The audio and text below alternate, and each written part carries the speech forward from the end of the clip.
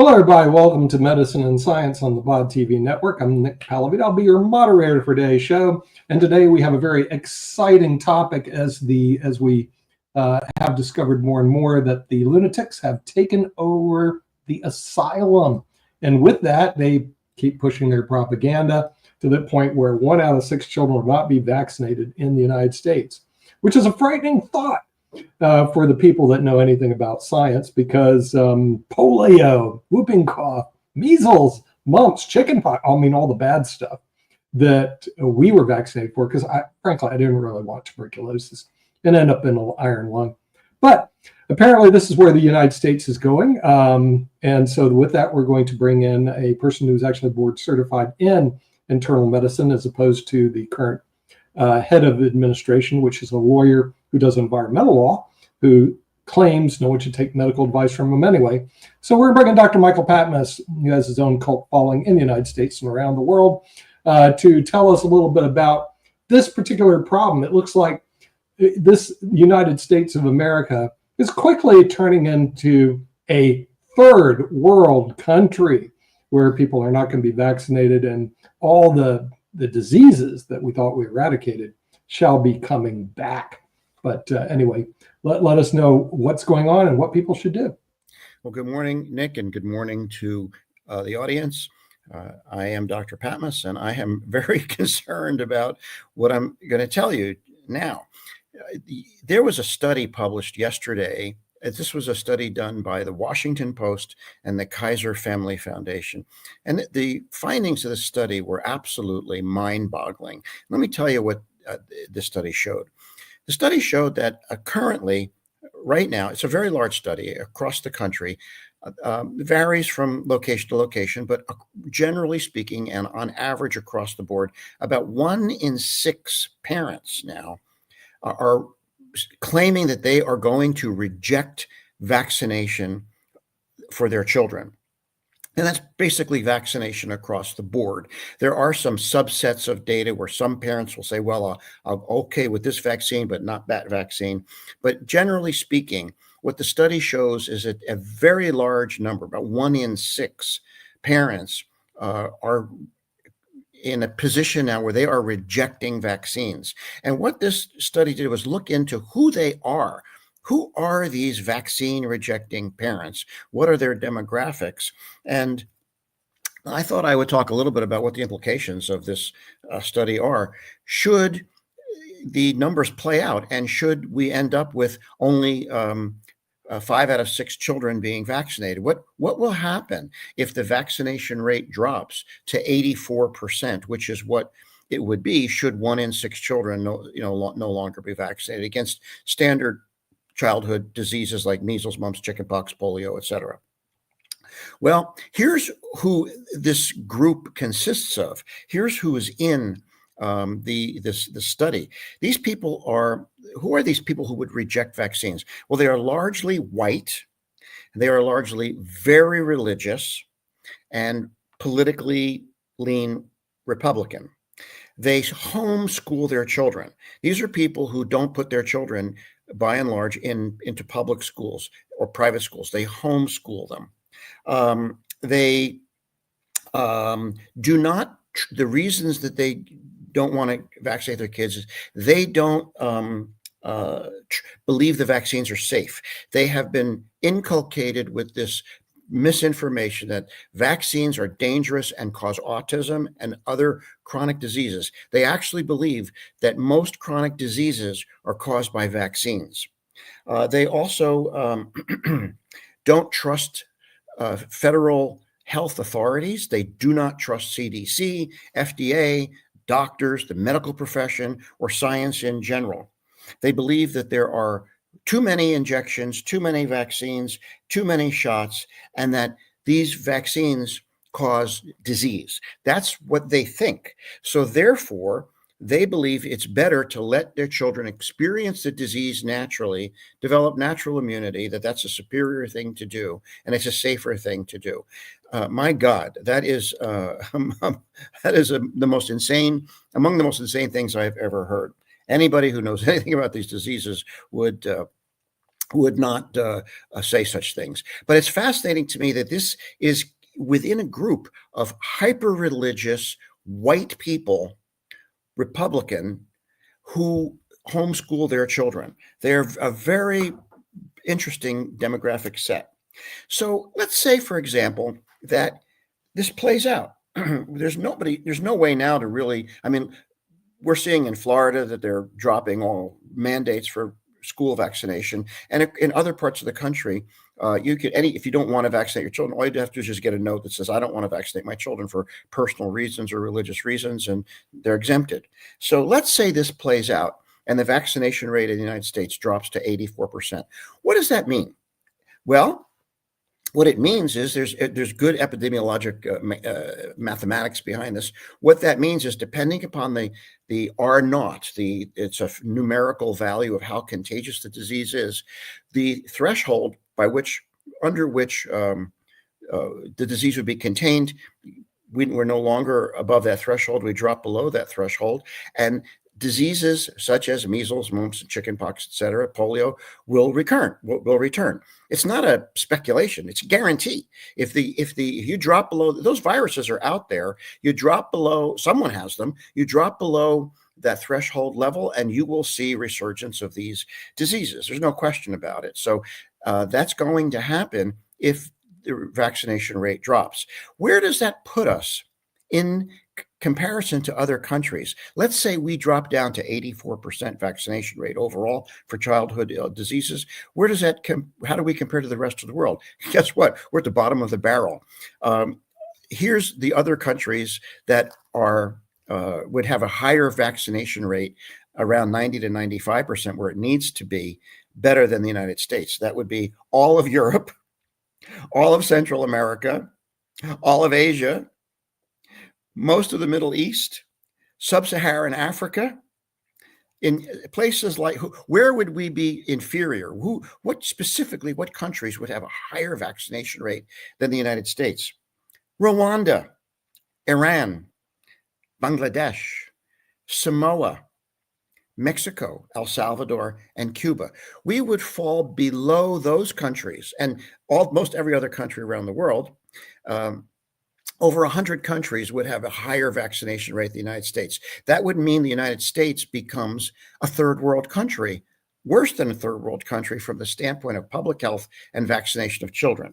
Now, why is this so important? Well, obviously, we don't want to be a third world country. We want to protect children in the United States and everywhere else from these diseases.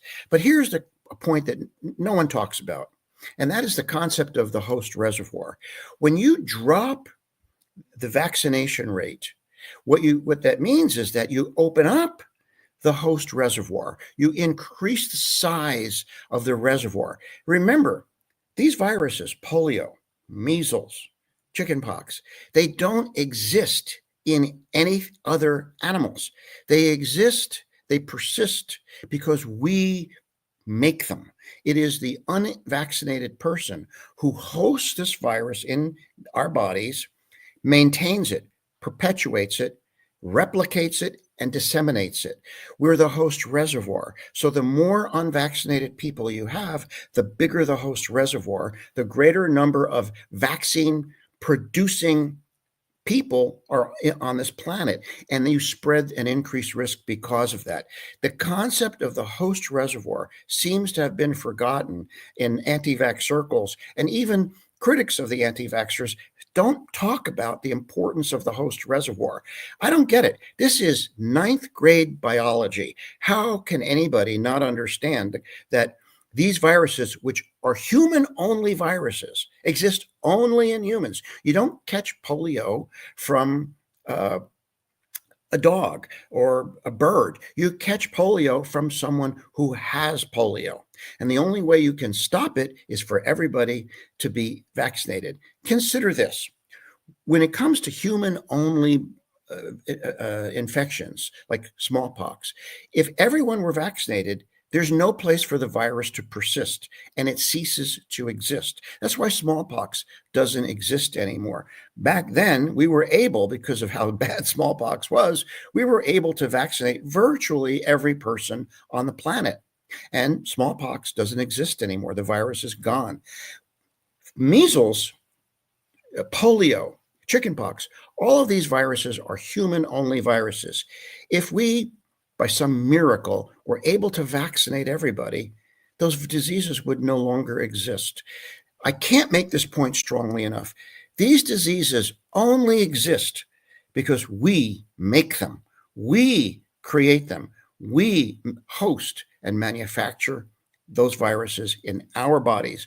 We are the host reservoir. Now, if the United States immunization rate drops as far as it, this study suggests it might, down to 84%, the United States will have a massive host reservoir, 16% of children unvaccinated. That's millions of children who will be the new host reservoir, making these viruses, and would not only spread the disease around the United States, we become a global threat. The United States would now not just be a third world country, we would become a threat and a risk to other countries, to all countries and all children around the world. The unvaccinated American child or the unvaccinated American becomes a direct microbial threat to neighboring countries and other countries. So, if this plays out, other countries will have no choice but to restrict travel by Americans who cannot prove immunization, which is what they should do. Our immunization rates are already declining. We're already down below 90%, which is a terrifying thought. Other countries, Mexico, our neighboring countries, Canada, Mexico, and others, should begin now to look at restricting travel of Americans into their countries who cannot prove vaccination against these diseases, because we would represent a risk to their people. So this is why this study is so important and shocking. It not only proves the depth and extent of how deeply the anti-vax disinformation of Robert Kennedy and Peter McCullough and Robert Malone and others, how deeply this disinformation has penetrated into the United States and how much it's concentrated into a certain demographic group. It also is a harbinger of what's going to come in the United States, and as we increase the size of the host reservoir, and it will lead to the United States being a public health risk, not only in our own country, but around the world. It's really tragic. It's embarrassing. I mean, it's gotten to the point where the United States is, think about it. We've been the world's leader in science and medicine for a century or more, and now we become one of the world's greatest threats to public health. It's really it's just unimaginable that we're even talking about this. I don't know where these doctors who espouse anti-vax disinformation, where they took biology, because this is ninth grade biology. This isn't high level stuff. This is basic biology. Where do these viruses come from? Where are they housed? What is a host reservoir? So hopefully now you have a little better understanding about all of this. I don't see any way to stop this as long as Trump is in office and we have Kennedy and this ridiculous people he put on the ACIP. This is the direction things are going. We're not making much progress trying to educate these people. They're deeply embedded in their delusion, and I think we're just going to have to see how it plays out. And I suspect they're going to learn the hard way. I want to talk about polio. My uncle was one of the last people to catch polio before widespread vaccination really wiped it out. He was a young doctor. He caught it in about 1960 in a hospital, which and if you catch when polio, and correct me if I get any of this wrong, but when polio is raging in your body, you have to lie entirely still, because any muscles you use while the polio is in you, polio burns out those muscles and you can never use them again. And what this means, if you get polio as a post-pubertal male, that means that you will burn out your dick. There are tiny little muscles in your penis and you can't control those. You'll get those in your sleep. So I assume, I don't know, I never asked him, that my uncle, after he caught polio, never got an erection again. And that the FDR had the same deal. If you catch it as as an adult or a teen, and these religious people who aren't getting their kids vaccinated against polio. The number one biblical command is to reproduce, to form a couple and have kids. Well, you're condemning your kid to never be able to reproduce. Well, that's an interesting aspect of it I hadn't really thought about. What I can say about polio, because I was vaccinated for polio, and I remember it in 1957. I still have my vaccination card, and I remember as a 5-year-old child being terrified of that disease. I knew of other children who had gotten polio and were in an iron lung, and I can tell you, back in 1957, every young mother's greatest nightmare was that their child would get polio. It happened every summer. And young mothers, my mother was only 18 years old. I was 5 years old. She was terrified that I would get polio. And I remember lining up at school, at St. Teresa's School in Kenilworth, New Jersey, lining up with other children in the hallway, waiting eagerly, gleefully to get this polio vaccine so that we could be protected against that disease. Every summer, this was a little before me, but the playgrounds would empty because every family was terrified of this frickin' disease. No doubt about that. Hey, Dr. Patmos, just really quickly, I did hear some good news. It was actually in the world of commercials and all along those lines, but I'd love to hear your thoughts around this, because there are different companies, Pfizer, Moderna, and others that have developed the vaccines. And I did see that there is a push. We're talking about the kids, but there is a push for a particular vaccine that is targeting those that are over 65. So I was wondering your thoughts around that, because it's Moderna that I think they created it because of the different ways that we get this disease, COVID and everything, depending on your age and everything along those lines. So I think it was 65. It might have been 68, but I know it was definitely in the 60s. Yeah, I think you're talking about the messenger RNA vaccine made by Moderna and Pfizer. That vaccine, this is the greatest vaccine ever made. It's clean. It's when they talk about modern vaccines and innovative technology, it's the reason why it won the Nobel Prize, because it's not a live virus where you're getting a pathogen and all of these molecules. You get a specific antigenic target.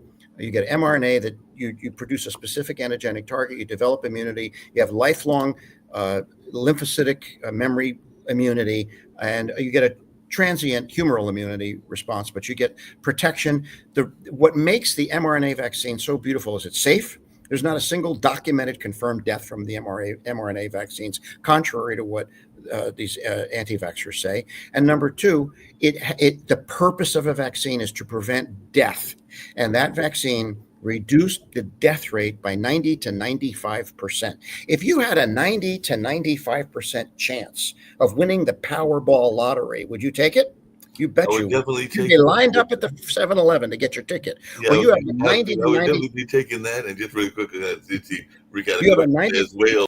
I was watching a track meet, and I'm sure that those runners, if they knew that they were going to win 99%, they would definitely take it, because it was the world track competition that's going on in Tokyo right now.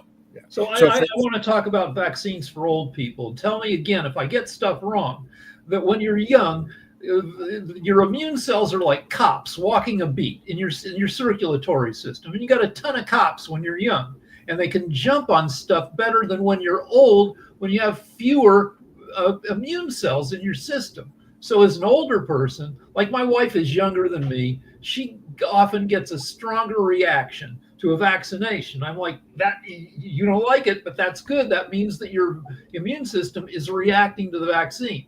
And I'm older. I don't think I have as many immune cells. My body doesn't get but you need the vaccines as an older person to tell the cops you do have working who they're looking for. That is in general true, but there are some notable exceptions, Rick. For example, the Spanish flu of 1918 to 1920 preferentially selected and targeted the young and healthy. It was mostly young, healthy, strong, fit, robust men in their 20s who died. It was a peculiarity of the Spanish flu that if you were young and healthy, you were more likely to die.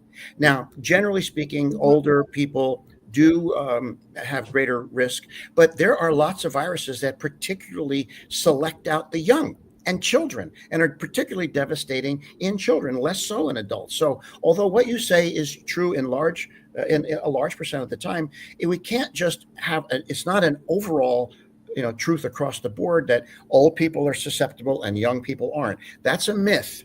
And that's a myth that was perpetuated in the ridiculous Great Barrington Declaration, which is not based on any science, by the way, that assumed that if we just let you vaccinate the old people and let the young ones all get COVID, it would all just go away. Well, that obviously didn't happen. Hey, Dr. Pat, really quickly, I got a quick question based on sports and medicine and all along those lines and everything, but I'm just curious, do you think that we're doing a good enough job? Because I know that definitely Nick's over there in Spain and everything, and the football players are getting ready to go and play several games in foreign countries and all along those lines. And it's my understanding that they had to be vaccinated. I'm imagining that all these athletes from around the world at the World Track Meets have to be vaccinated and everything along those lines. And we do know the Olympics are coming both winter in next year and the Olympics in LA later. So I just wondering your thoughts as to whether we are doing a good enough job of making sure that at these big events, there is everybody that is being vaccinated and is prepared to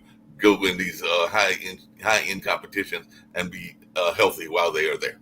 So I'm going to tell you a little something that people might strike most people as being a little odd, but this is looking at things through the eyes of an infection, an internal medicine doctor trained in infection control and hospital epidemiology. When I see a human being, this is how an infection person looks. I see a human being. I see a petri dish. It's like a culture. And what is that person growing? We're covered with billions of microbes on our skin. We have billions of microbes in our gut. And what are we carrying? What is that person who just walked in the room? What virus are they bringing with them? So when you look at a person, it's nice to see a human being. But if you look at it through the eyes of an infection specialist, you're seeing a virus factory, a bacterial a source of bacteria, a source of virus. What are they bringing in with them? No, we are not doing a good job because we have a non-microbial point of view. We have a non-infectious disease point of view. And we need to start looking at, if you walk into a hospital, into like say a ward, like a transplant ward where people are immunocompromised, or a cancer ward where people are immunocompromised and vulnerable. You don't just walk in there. You're gowned and gloved because you're bringing in whatever pathogens you have. So we all have pathogens. What are they? And what are we doing to protect others against the spread of pathogens? Which brings a very important point. Immunization and vaccination is not so much about you. It's about your ethical and moral duty not to be a host for pathogens to give to others. It's about your responsibility to others, just as much as it is to protect yourself. So life expectancy in the year 1900 in the U.S. was 47 years. And that was because a quarter of all kids were dead before the age of 5. And three things brought it down from 25% of kids to less than 1% of kids being dead before age 5. Sanitation, nutrition, and vaccination. And I can tell you, like RFK Jr., not only is he anti-vax, he's anti-sanitation. He believes you can hold off germs if you eat right. And he took his family swimming in poop water and sewage water. So these lunatics are, he has, his mindset is that he reminds me of that dude at the gym, who pushes supplements. That dude at the gym who pushes. That's where Kennedy gets his mindset. It's tragic. No one should die of measles because no one should ever get measles. We've now had this year alone 3 deaths from measles in the United States, 2 in Texas, and an older child just died of subacute sclerosing panencephalitis, which is a fatal complication of measles that this child had, I think, 6 or 7 years ago. So the child died 6 or 7 years later of SSPE, which is a consequence of measles. That child should not have died. That was a completely preventable and unnecessary death, as are all measles deaths, because no one should get measles, because measles should not exist. So, I assume that kid had 7 years of misery, right? Panencephalitis sounds like it ate his brain for 7 years. Yeah, it's just basically it's an inflammation of the brain, and the brain just deteriorates and degenerates, and you get dementia, you get neuromuscular manifestations. It's basically a deterioration of the brain. So yes, those patients, it was not a pleasant. It's a slow, awful neurological death. Dr. Patmos, perhaps what we're doing is we're not serving the public correctly by showing them pictures of what these people look like when they catch these diseases. See, when I was a young child, my mom was the head nurse at Tampa General, and we had all these medical books of infectious diseases. And so I used to read through them. And let me tell you, they did not look good. The people that were in iron lungs don't look good. The people that had TB, they didn't look good. Chicken pox. In other words, there were pictures after pictures of really horrific pictures of young children and even adults that didn't get vaccinated, got the disease, and they looked pretty poor. And I'm afraid that the media has not done a good job showing people what sick people look like. We even had a tuberculosis hospital in Tampa, Florida. It was a TB hospital, because if you had TB, isolated, and there you went to the hospital. We had iron lungs, and kids were sitting in iron lungs till they died. That was basically how it was in the early 50s and early 60s. So perhaps us as a media, we're not doing a good enough job to show people, hey, what this looks like. People don't even know what an iron lung looks like. It looks like a giant tube, and you've gotten polio. You can't move a muscle, including the muscles that let you breathe. So they put you in a tube, and it's just, and your head sticks out of the tube. and the machine like inflates and deflates, and it breathes for you for the rest of your life. And it's not just one iron lung in a room someplace. When polio was raging, it was a room with 20 iron lungs. Right, exactly. Like I said, this generation has not seen what it was like in the 40s and the 50s with the people that have those diseases. So perhaps maybe on our show we'll show this is where you're heading.